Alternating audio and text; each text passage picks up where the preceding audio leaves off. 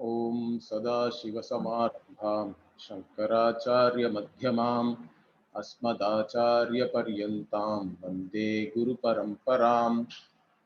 ओम पूर्णमदः पूर्णमिदं पूर्णात् पूर्णमुदच्यते पूर्णस्य पूर्णमादाय पूर्णमेवावशिष्यते। ओम शांति शांति शांति। ओम नमो ब्रह्मादिभ्यो ब्रह्म विद्या संप्रदाय कर्तृभ्यो वंश ऋषिभ्यो नमो गुरुभ्यः।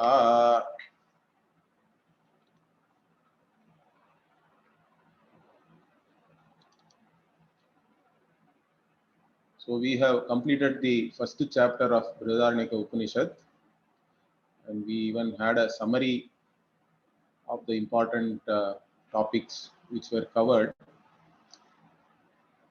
The first chapter itself is a very important chapter because it introduced this Atma Vidya, particularly from the fourth Brahmana,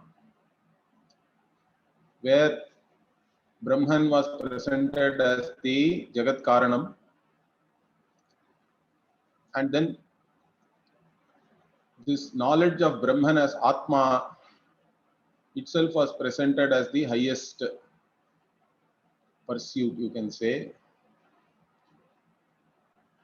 And by knowing oneself as Brahman, you attain Sarvatma Bhava. That also was clearly said in the fourth Brahmana. So Vidya, what is the subject matter of knowledge of oneself? That was clearly given. And then what is the subject matter of avidya or ignorance? Those who are in ignorance, how do they view the world? What are their pursuits? What are the different means and ends which are available for ajnanis? That also was discussed in detail. So there was a Vidya Sutram in 147. Atma ityeva upasita. And then Avidya Sutra also was presented later. Anyaha asau anyaha aham asmi iti nasa veda, like that. So if the one to whom you are praying, you are worshipping, if you think that that devata is separate from you, and then do this upasana, then you do not know, you are ignorant. That is the avidya vishaya. Both these things were presented, and later on, if you see the rest of the 1-4 Brahmana after 1-4-10 and the 5th and 6th Brahmana are all avidya vishaya only. It presented the jiva as both an enjoyer, karta bhokta, doer and enjoyer in one way, and then that jiva also becomes the enjoyment of others. Okay, so you are both an object of enjoyment and also an enjoyer. You are both a karta and also you become the object of somebody else's action also, we can say. So like this, the jiva was presented as both the individual, and then for that individual, if you do karma only, then you go to Pitraloka. If you do karma and upasana, then you can go to Devaloka. Otherwise, in this loka also, by having a son, you can achieve something. Like this, putra and then karma, kevalam karma and upasana and karma together. These are all the means you have to attain certain ends, like this loka or Pitraloka or Devaloka. This also was clearly pointed out. And then finally, the entire objective world was shown as nothing but name, form, and action, correct? Nama, Rupa, Karma. So everything is nothing but names, forms, and different action or functions, you can say. Name, form, and functions alone. All these means and ends, which after which we go as an individual, as an ajnani, as an ignorant person, they are all nothing but names, forms, and functions. So up to that we saw. Now Bhashyakara is giving an introduction to the next chapter. So normally, always a comment, if you are writing a commentary, you have to give the connection between different chapters, correct? Because even the division of chapters is there because they are having, let us say, different subject matter. So the first chapter had a certain subject matter where this Vidya Vishaya and Avidya Vishaya were talked about. And then the Avidya Vishaya was predominantly talked about afterwards, essentially showing the means and ends and what is the nature of these means and ends. All these things were talked about. Now, in this chapter, the Vidya Sutra itself will be further elaborated. The Avidya Sutra has already been elaborated in the rest of the fourth Brahmana, fifth Brahmana, and sixth Brahmana. Now, the Vidya Sutra, Atma Ityeva Upasita, will be elaborated in this chapter, in this Adhyaya, Dvitiya Adhyaya. So, that is the main subject matter. But when we talk about Vidya, another important thing also we have to understand, the teaching itself is done through deliberate superimposition and negation, which we call as Adhyaropa and Apavada. You can say that the first chapter has done the Adhyaropa. It has shown that Brahman is the cause of everything. And then within that Srishti, what are all the sadhana and sadhya? What are the means and ends? All these things have been discussed. They are all part of Adhyaropa only, deliberate superimposition. Now we have to negate all these things, Apavada. So you superimpose and negate. After negation, whatever is there is to be known. That is the idea here. Why it can be only taught like this, we will see that. That's an important thing. Why this technique of deliberate superimposition and negation has to be used. That also we'll see. So here, Adi Shankara is giving us the introduction to the second chapter by pointing out that this Vidya Vishaya and Avidya Vishaya has already been elaborated before, and now this Vidya is going to be now talked about predominantly in the second chapter. First three Brahmanas are basically Apavada. In this second Adhyaya also we have 6 Brahmanas. First three Brahmanas are above Apavada. And then the fourth Brahmana is the Maitreyi Brahmana, very famous Maitreyi Brahmana. We will see that. Okay, it's very interesting Brahmana. Then fifth Brahmana is called Madhu Brahmana. In fact, this first 2 chapters in Brihadaranyaka are called Madhu Kanda.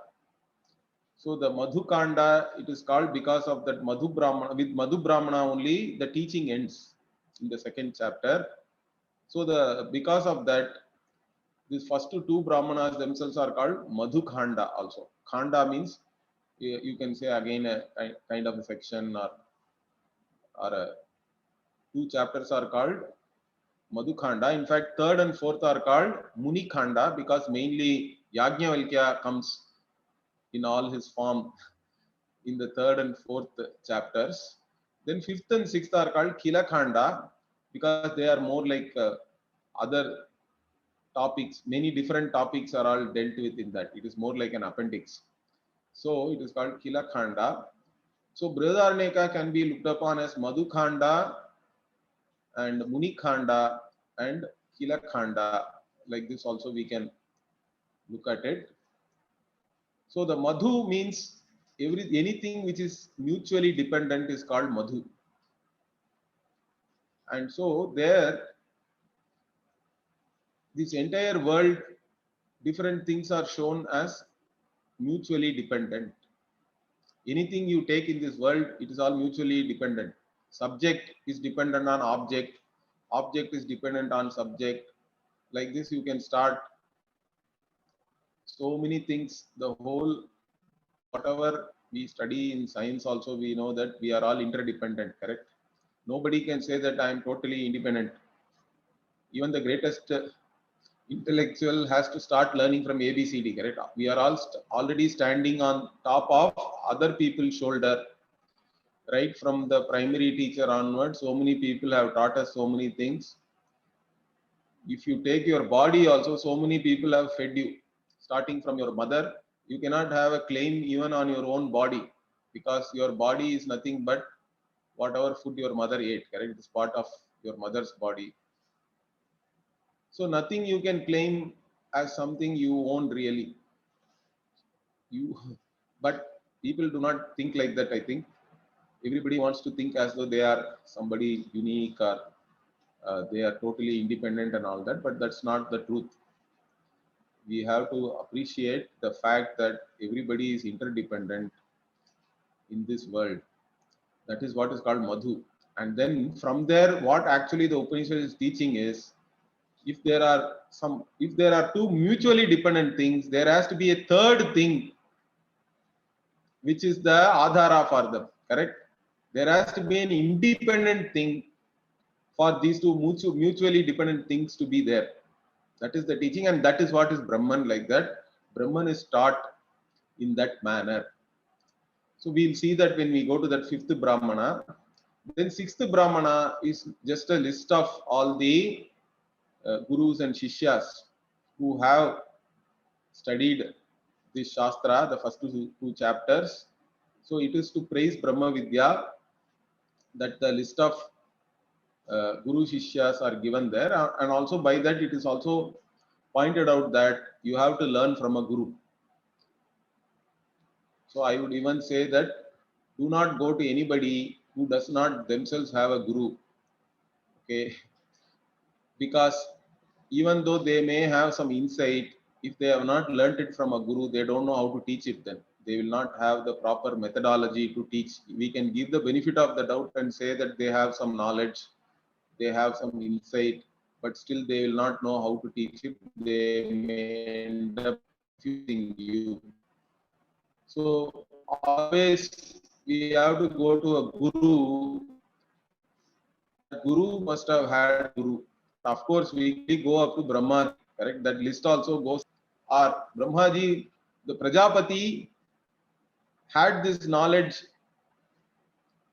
by himself. That in fact that was pointed out in 1.4 itself. And that's the place where Bhashyakara even had a big discussion that even though Prajapati came to know of this knowledge by himself, the same thing cannot be then extrapolated and say that everybody can then know this Brahma Vidya by themselves and Guru is not needed and all that. That's the argument, in fact, many people make today by pointing out to some exceptional people. Remember this, exceptions do not make a rule. So we should not fall for such arguments. In fact, later on in this Bhashya only, Bhashyakara will again point out that you have to go to an Acharya and only learn. Okay. That also is pointed out in this same Brahmana, because this Brahmana, this first Brahmana in the second chapter is called Ajatashatru Brahmana, because Ajatashatru is the teacher here. And there is a story, in fact. There is a person called there is a Gargya. Okay. Balaki Gargya, like that one person is there. He goes to Ajatashatru, who is the king. In fact, he goes as a proud guy. Okay. And but then in the end, he learns that in fact the king, who is a Kshatriya, teaches a Brahmana. This Gargya is a Brahmana, and he is taught by the king. That is the story here. So from this we also know that this Brahma Vidya, also there was a parampara where even kings were jnanis. In fact, this is referred to by Bhagavan in Bhagavad Gita also. If you take the 4th chapter beginning, so Bhagavan says, Imam vivasvate yogam proktavan aham avyayam. Vivasvan manave praha manurikshvakave bravit evam parampara praptam imam rajarshayo viduhu. So like this, he says, I taught this Vidya to Manu. Then Manu taught it to Ikshvaku. Ikshvaku is again a Kshatriya king, correct? Then in this manner, a parampara was started of Raja Rishis, he says. But later on he says Sakaleneha Mahata Yogo Nashtaf Parantapa also. But in the course of time, great span of time, this parampara also came to an end or whatever. It did not, it's not there. Nowadays we don't know whether any king or any ruler can be called a jnani. But the Upanishad is presenting a king as a jnani who taught a Brahmana. Okay. So that is the interesting part in this story. So let us now see uh, the Bhashya here, how Bhashyakara introduces this new chapter and how he connects it with the previous chapter. Because always a commentator has to connect. That is what is called Sambandha Bhashya or Sangati. This is called the Sangati. That connection has to be given always. In fact, we also have to study all these Upanishads, Bhagavad Gita and all in the proper order and also understanding the connection. Then only in the overall context we will have the correct understanding. Otherwise, even this Upanishadic teaching, anybody can quote anything out of context also and try to debate or argue. So those things are okay for argument's sake, but you may not really learn anything properly then. So we have to always learn everything with the right connection between the topics. So here let us see how Bhashyakara connects the whole thing. So he starts with Atma ityeva upasita tad anveshane cha sarvam anvishtam syat tadeva cha atma tattvam sarvasmat preyastvat anveshtavyam atmanam eva aved aham brahmasmiti atma tattvam ekam vidya vishayaha. So he now first points out that this atma tattvam ekam vidya vishayaha. So there is one vidya vishaya, the subject matter of knowledge, which is what? Knowing oneself, Atma Tattvam, knowing the reality of oneself is one subject matter. And this subject matter is the Vidya Vishaya or subject matter of knowledge, self-knowledge. And for that now he is giving all this introduction. What that? Because the Upanishad says Atma ityeva upasita. So you have to pursue this Atma alone for knowing that properly. So why should we search for this Atma or seek this Atma?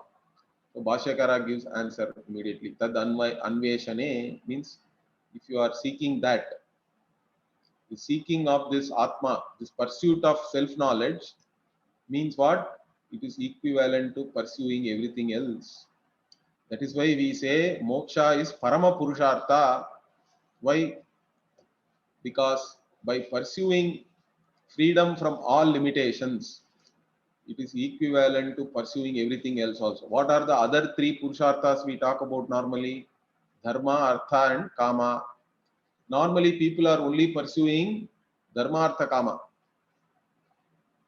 But only those who have analyzed the limitations of these pursuits and one who has understood one's own fundamental problem can really pursue moksha.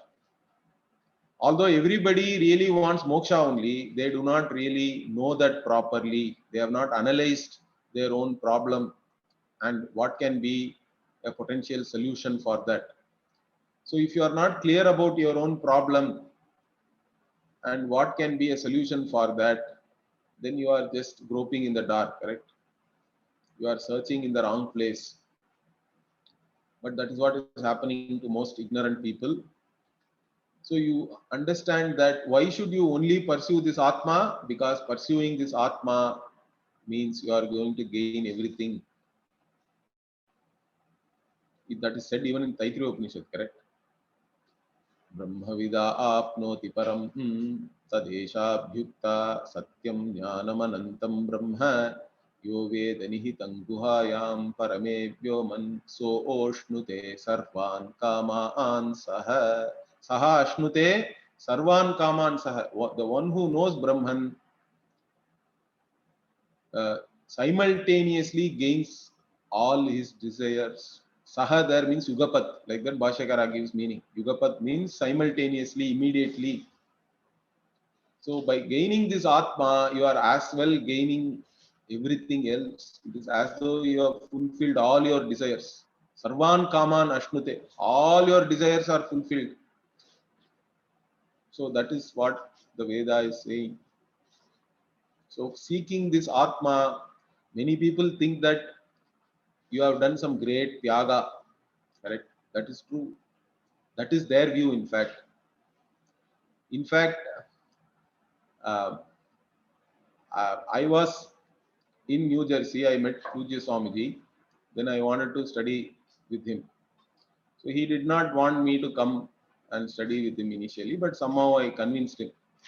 Then I went to Anekatti, our Gurukulam, Arsha Vidya Gurukulam near Coimbatore. So many people thought that we have done something like some Tyaga and all that. But I never thought like that because I went to Anekatti because I wanted to be happy, correct? I haven't really done really any Tyagam or anything. In fact, if you think that you have done some Tyaga to study Vedanta, then I think you are not even ready to study. Because if you have understood correctly, only by studying Vedanta and knowing yourself, you are going to gain the greatest happiness. There is no other way, in fact. So, in fact, you are not doing really any Tyaga. You are, in fact, really going after your own happiness.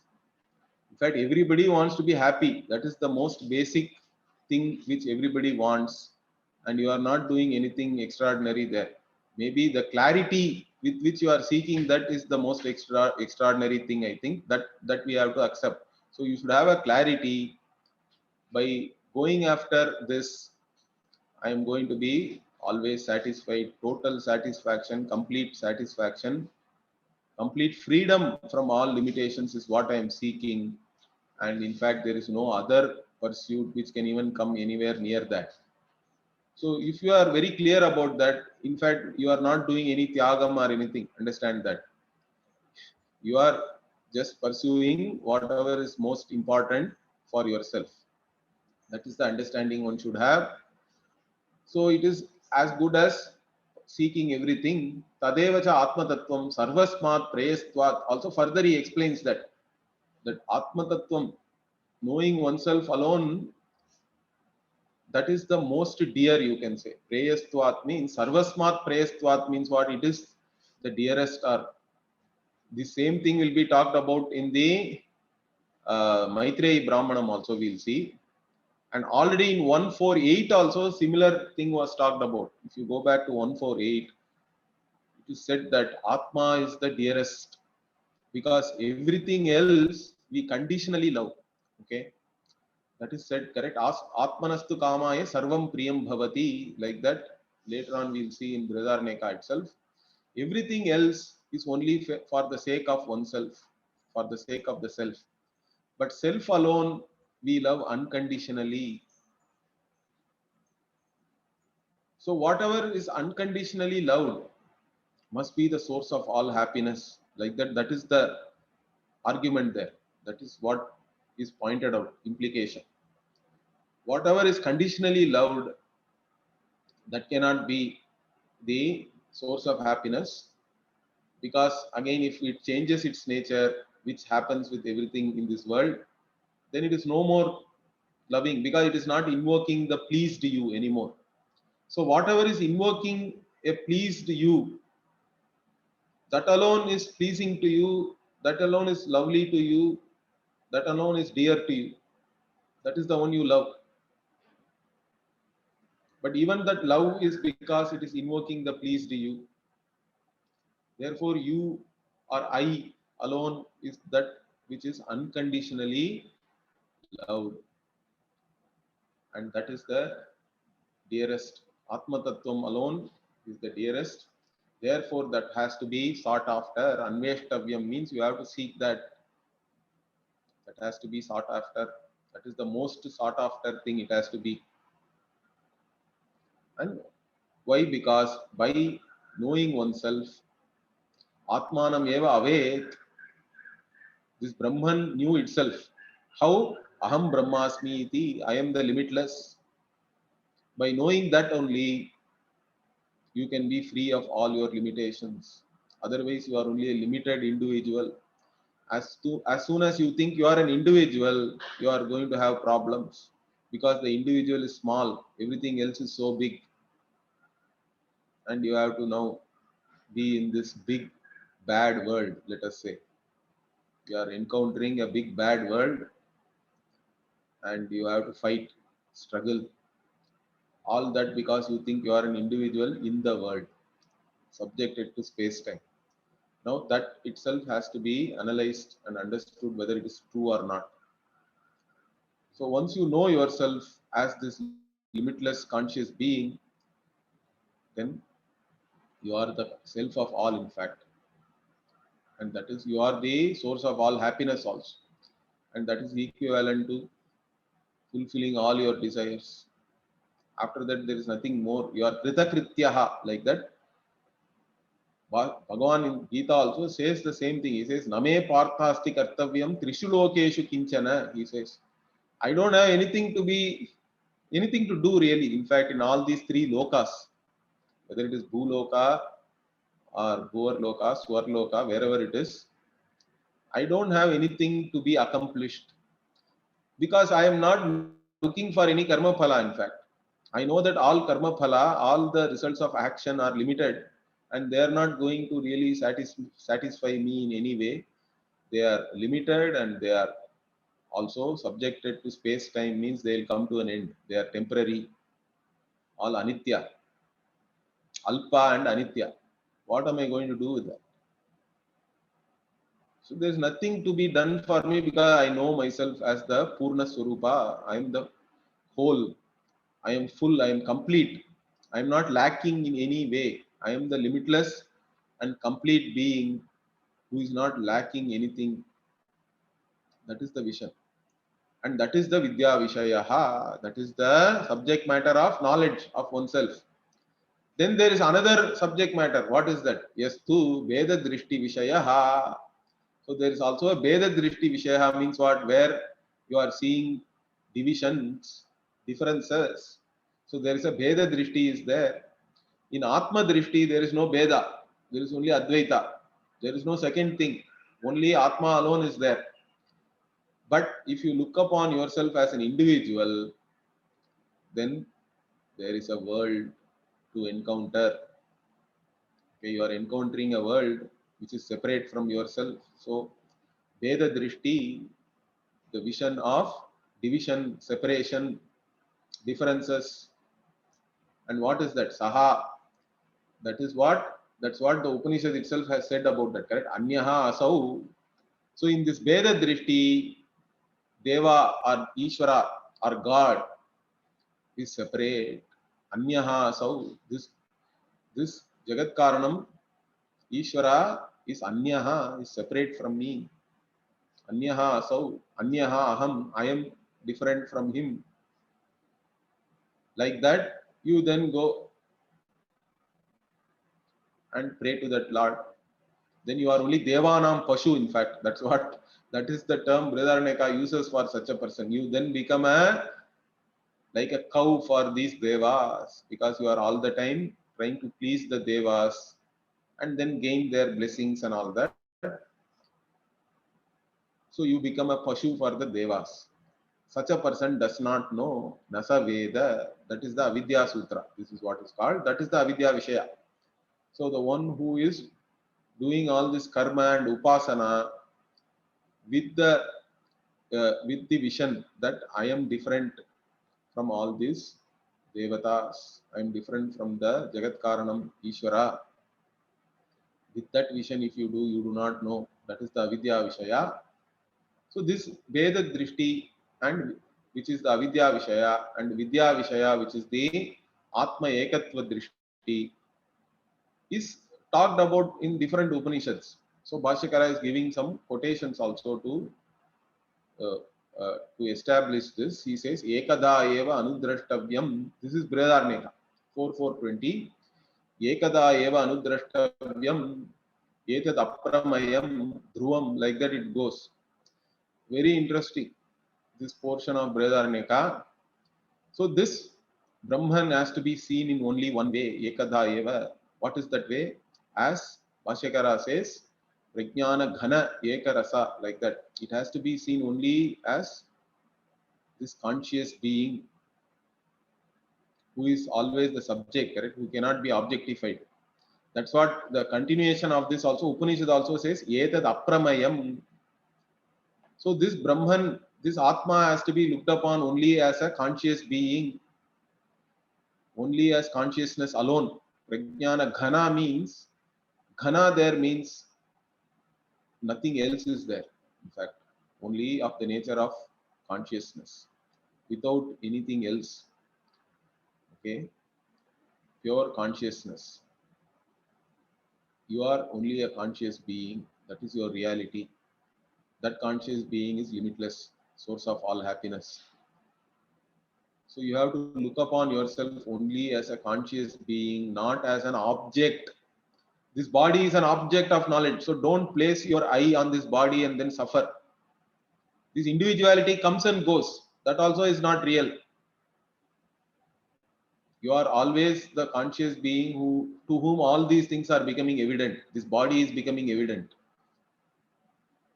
The thoughts in the mind are becoming evident. Whether anything is to be known or not also is becoming evident. Right? Even in sleep, there is nothing is there to be known, means that also becomes evident to whom? That Chaitanyam alone you are. So that's how you have to know yourself. And in fact, Etad Apramayam Dhruvam, like that the Upanishad continues. There, in fact, Bhashyakara has an interesting discussion also in the Bhashya. So he says, so he raises the question, hey, you say this is Aprameya. Apramayam means then that is Chandasam, I think. So Bhashyakara says Aprameyam. Aprameyam means what? That which is not an object of knowledge. You are not an object of knowledge. Atma is never an object of knowledge. Then the Purva Pakshi or even the student, you can say, raises a question. Then you are, but how can you say that then you have to know this Atma? Isn't it contradictory? In one place you are saying you have to know the Atma. Atma ityeva upasita, Atmanam eva avet, and all you are saying, correct? Atma has to be known. And then you say it is not an object of knowledge. It cannot be known. It is not a known, really. So how can Atma be something which cannot be known and still you can know? Is it not contradictory? In fact, the same thing is there in Kenopanishad also. Okay. So Kenopanishad says something very interesting there. Anyway, so here Bhashyakara then answers. He says, so there is no problem with this. This Atma cannot be known through any other pramana, because all other pramana like Pratyaksha, Anumana, etc. are always only revealing to you something as an object of your knowledge, correct? Because the means of knowledge is there, the means of knowledge is revealing to you some object of knowledge. In fact, that's how we have known also everything in our life. That is why this Atma Jnanam is so difficult in one way. Why? Because we are always used to knowing everything by objectifying it in our mind. Even abstract concepts, we are somehow objectifying it in certain way and we are knowing it. In fact, to know this Atma, you have to give up this objectification, in fact, because Atma is never an object. Then how do I know it? Means you can only know through Agama, then he says. Bhashyakara says you have to know it only through the Veda, through the words. Okay, but words also are many times revealing things as only an object, right? Even Veda is revealing Swarga, Meru and all that. That point also he raises there. But he says, no. Veda reveals to you, words can reveal to you things which again can be known as an object. But here, this Brahma Vidya, when we talk about, here also words are only used, but then you are going to know something which is not an object of your knowledge. In fact, that through words only we reveal to you that this transcends this known, knower, and the means of knowledge divide. Correct? That which transcends all these things. In fact, that which is never an object of knowledge. By denying this, by negating this, Atma is revealed. Because the problem is that you are taking Atma as something which it is not. So all that needs to be done is this wrong notion has to be negated. That's all the Veda also does. After it is done, Atma is as it is. Atma is self-revealing, self-existent. It need not be revealed as an object. It cannot be revealed as an object, and it need not be revealed as an object because it is self-revealing, self-existent truth. So all the Veda has to do is remove your wrong notions.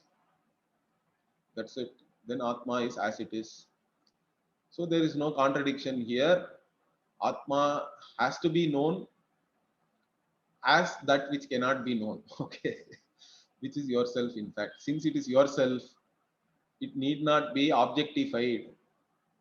So do not try to know yourself by objectifying yourself. Even many people do meditation and all that. That also is a problem, I think. If I say you are limitless and all that, then you think you are spreading all over in space and all that. Let us say you can visualize like that. But even that is a problem. In fact, space-time is in you. That has to be understood. You are not everywhere in space. Also, you can visualize it. It's okay for meditation purposes. But even that is not correct, really. So, this Atma is, even though it is aprameya, it has to be known as it is. That is this Atma Vidya. That is why it is has to be taught in a different manner. Superimposition we have to deliberately do and then negate everything. So the superimposition only, the deliberate superimposition prepares the ground for negating everything. Once we negate everything, the negator alone remains. Understand that. The negator can never be negated. You can negate everything. And what finally remains is the Swarupa of the negator that can never be negated. That is you. That is consciousness. You are that conscious being who is limitless, in whom all these appearances are there. That's all has to be understood. So, ekadha eva anudrashtavyam. Another thing, mrityoho sa mrityumapnoti yah nana iva pashyati. So, ekadha eva anudrashtavyam is the vidya vishaya. And mrityoho sa mrityumapnoti yah nana iva pashyati is the avidya vishaya, veda drishti.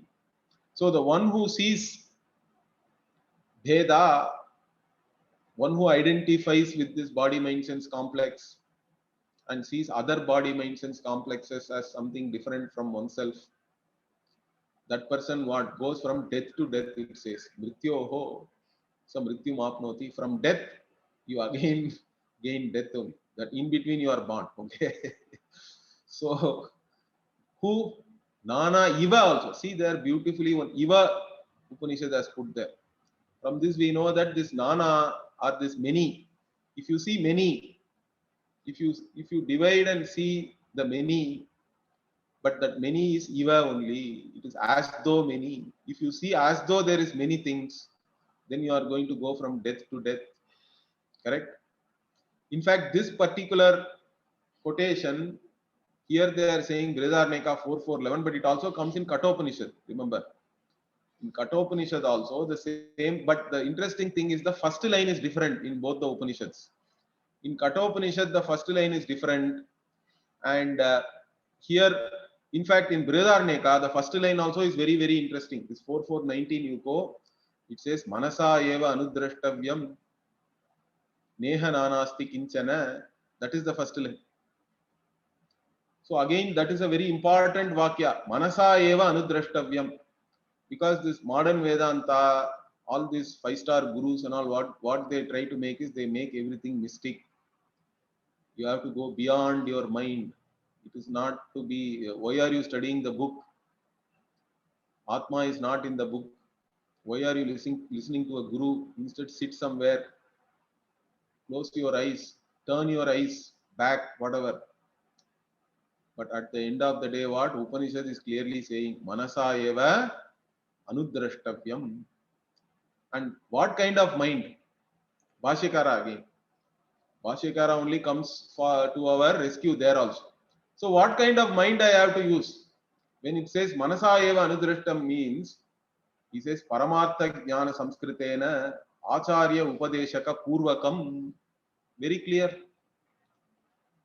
So Acharya Upadesha Purvakam. First, you have to be, that mind has to be instructed by Acharya, and what the Acharya is going to instruct, what will be the Acharya Upadesha? I mean, Shastra only, correct? The Shastra Pramana has to operate in that mind. And then because of that, what? Paramartha Jnana, this Akhandakara Vritti has to come. And through that only you know yourself. In that Jnanam, you know yourself as this limitless conscious being, where there is neither subject nor object. Understand that you are the eternal conscious being to whom everything becomes evident, but whatever becomes evident, it's all mithya, it doesn't really count. You are the only Satya Vastu in whom everything is appearing. That is the mind. The mind again has to be, of course, before you can even understand the Shastra Upadesha, there are so many things also you have to prepare yourself for that. Where there everything is useful. All the sadhana, all the different types of yoga in the market can become useful if you have this clarity that they are all preparing you for this knowledge. And this knowledge has to come only by listening to a guru and listening to the Shastra, and let the Shastra operate. You have to let the means of knowledge operate. Then the Vastu is clear. In fact, it cannot be but clear. Understand that. Once you listen to the Shastra properly, you can never claim that you are an Ajnani. Maybe there are still some hindrances to this knowledge. This knowledge is never not available to you many times, because still there are so many things you have to overcome in terms of habitual tendencies. But that doesn't mean that you are not a jnani. Once you have listened to the Shastra properly, everybody is a jnani. There is no doubt about that. That jnanam has to become, an insight has to be repeated always. That has to become strong. Nididhyasanam and all we talk about. That's why. But once you learn the Shastra correctly from a guru, from a sampradaya with, then you can never say that you are not a jnani. You are a jnani. So manasa eva anudrashtavyam neha nanasti kinchana, it says. There is nothing, there is no many here. Okay, na iha nana na asti. Here there is no many things. There is only one. Atma alone is Satyam. Atma alone is there really. Atma alone exists. All other things have only borrowed existence. They don't have an existence of their own, so they really don't count in fact. Atma alone is the Vastu. Atma alone is the one which exists. There is no many here. Neha nanasti kinchana. Then it says Mrityoho sa mrityum apnoti yah nana iva pashyati. But the one who sees many, or whatever is as though many, the one is seen as though it is many. If that happens, then what? Then you are an individual only. In that many, you become one of the objects. Even though you are the eternal subject, unfortunately, you think you are an object. And that's where all the problems start. Then you become an individual, limited. Then you think the birth of the body is my birth. That means you have to die. Death of the body is your death. Again you have to be born. Again you have to die. That is a endless cycle. That's what it said here. Kathopanishad also is interesting. In Kathopanishad also same thing comes. Okay. But there the first line is Yedeva iha tad amutra yedamutra tad anviha. Then it says Mrityoho sa mrityum apnoti iha nana iva pashyati. So there also Kathopanishad also is very interesting. It says whatever, starting from Brahma up to a grass, whatever is there, correct? Yedeva iha tad amutra, it says. Amutra means hereafter or whatever is transcendent reality in Brahman. So don't think that this world which you are seeing is something totally separate from Brahman. The world does not have any existence separate from Brahman. World is Brahman in fact. Correct? the elephant is really wood. But if you see it as elephant, then it's a problem, correct? But even when you see it as elephant, really it is only wood, correct? If you see as elephant sculpture made up of wood, then you think it is real elephant, and then you have fear, you are ready to run and all that. But that doesn't mean that that elephant is any different from the wood. In fact, if you see it as wood, there is only wood. There is no elephantness in the wood. So whatever you see here as this world, don't think it is separate from Brahman. In fact, Brahman alone is really, it is all, these are all only Nitya. That Brahman alone is appearing as all these upadhis. But the only problem is if you take yourself as somebody limited by this upadhi. Upadhi means what? You can say a conditioning factor. Something which is showing something as different from what it is really. Okay. That is what you can call it in English as conditioning factor. So the part shows as though there is a part space, correct? The space is limited by the part. But in reality, part is in space. In fact, space is indivisible. Similarly, this body mind sense complex is as though showing that this consciousness is embodied. It is limited to only this body. The one who views it like that, that person will go from death to death. That's what the Kathopanishad also says. But whatever is there here is all really Brahman alone. All this is nothing but an appearance in Brahman. That is the Vidya Vishaya, in fact. That's what you have to understand. So Bhashyakara here, Ityeva Madhibihi Pravibhaktau Vidya Avidya Vishayau Sarvopanishatsu. So he says in all Upanishads, this Vidya Vishaya and Avidya Vishaya have been separately dealt with. It has been clearly shown what is Vidya Vishaya, what is Avidya Vishaya.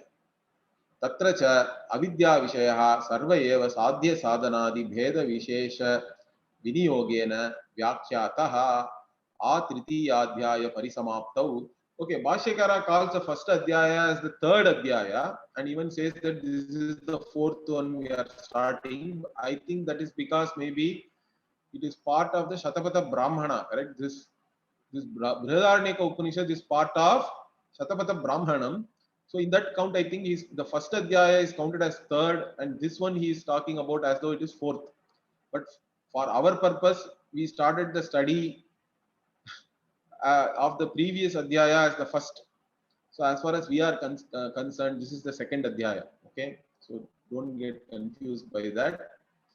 So he says in the Tritiya adhyaya, means in the previous adhyaya, all the means and ends, correct? Sadhya sadhana sadhanadi veda vishesha viniyogena. So all the different things which are in the form of means and ends, they have all been talked about, how they can be used.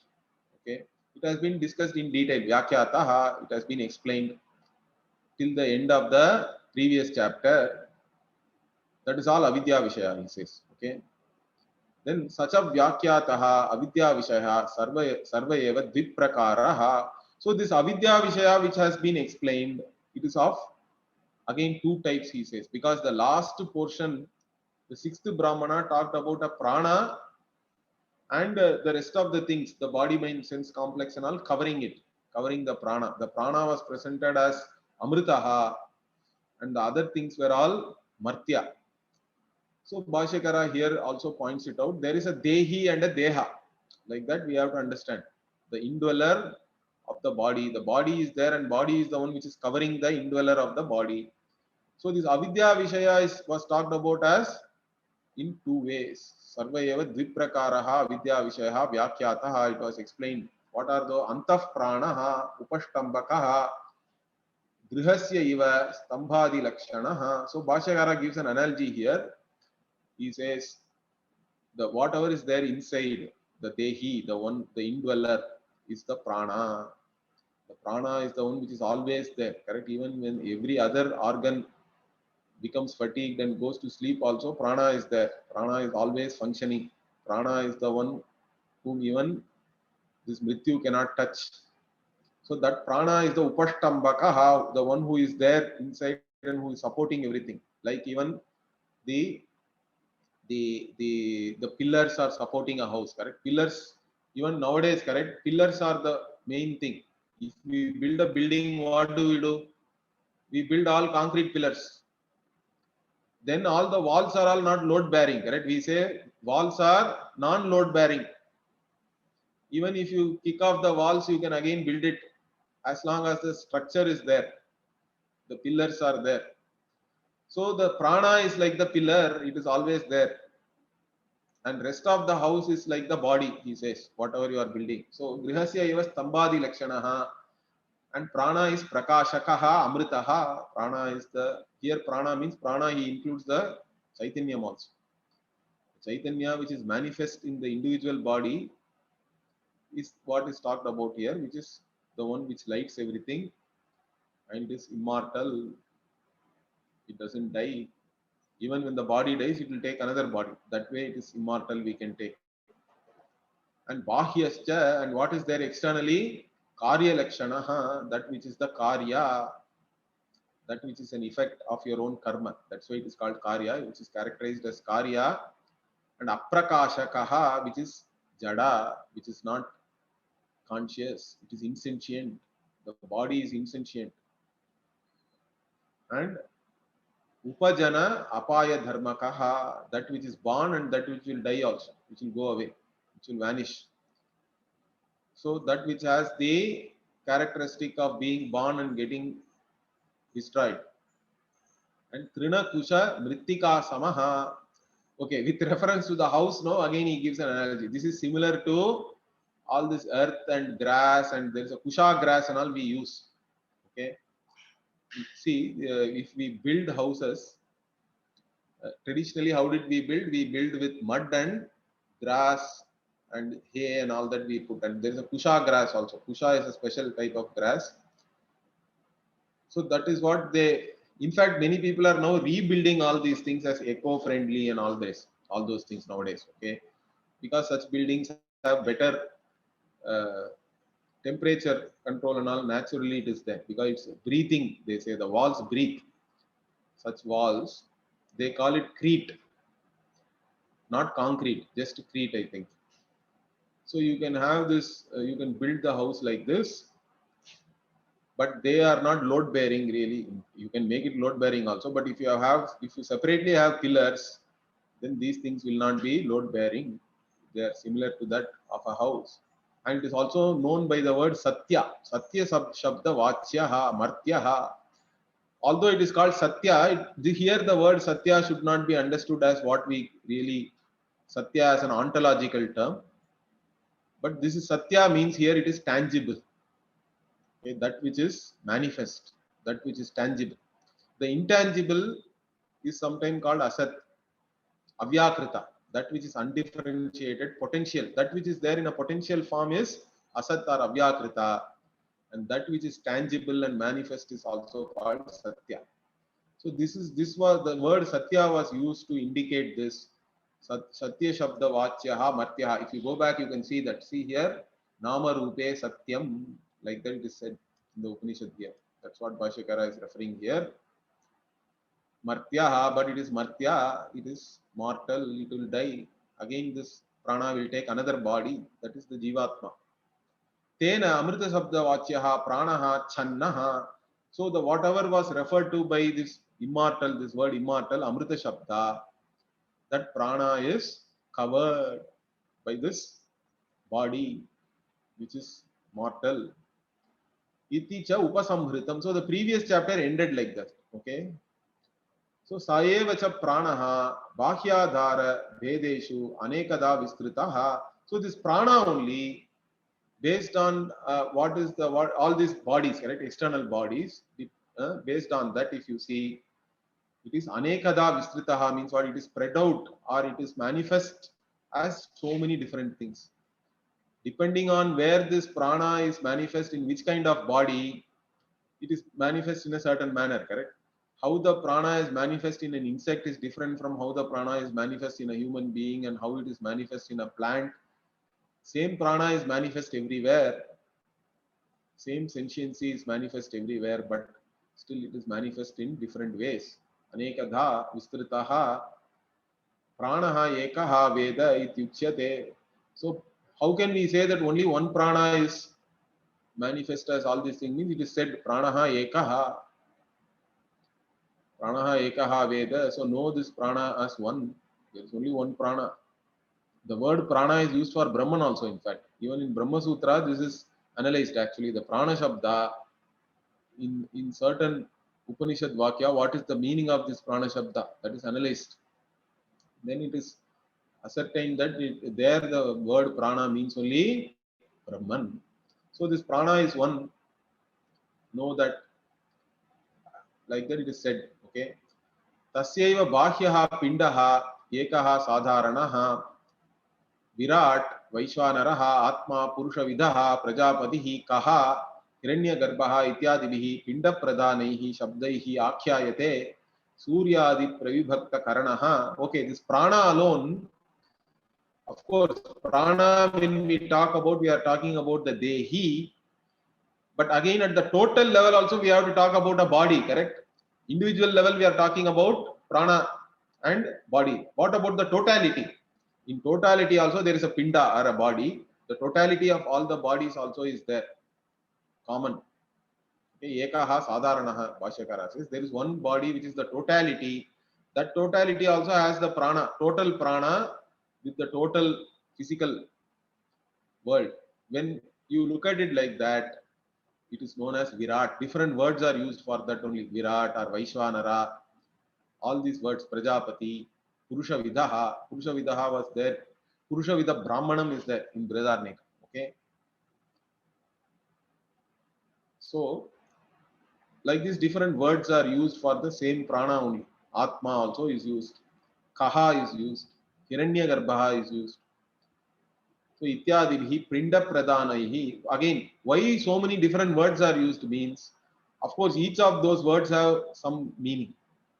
Although they are all total, Hiranyagarbha is the total subtle body, we say. Virat is the total gross when you see. So how you look at the total, based on that, all these different words are used, but all of them actually refer to this prana only as the Antaryami. The Antaryami is the prana in each of these cases. Okay, whichever word you use.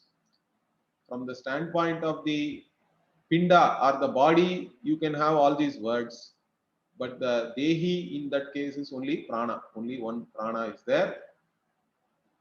And also this prana only is having all this surya, etc. as its organs in the totality. When we talk about the totality, surya and all becomes a part of the prana, correct? We said that Agni Devata is the vak of the totality.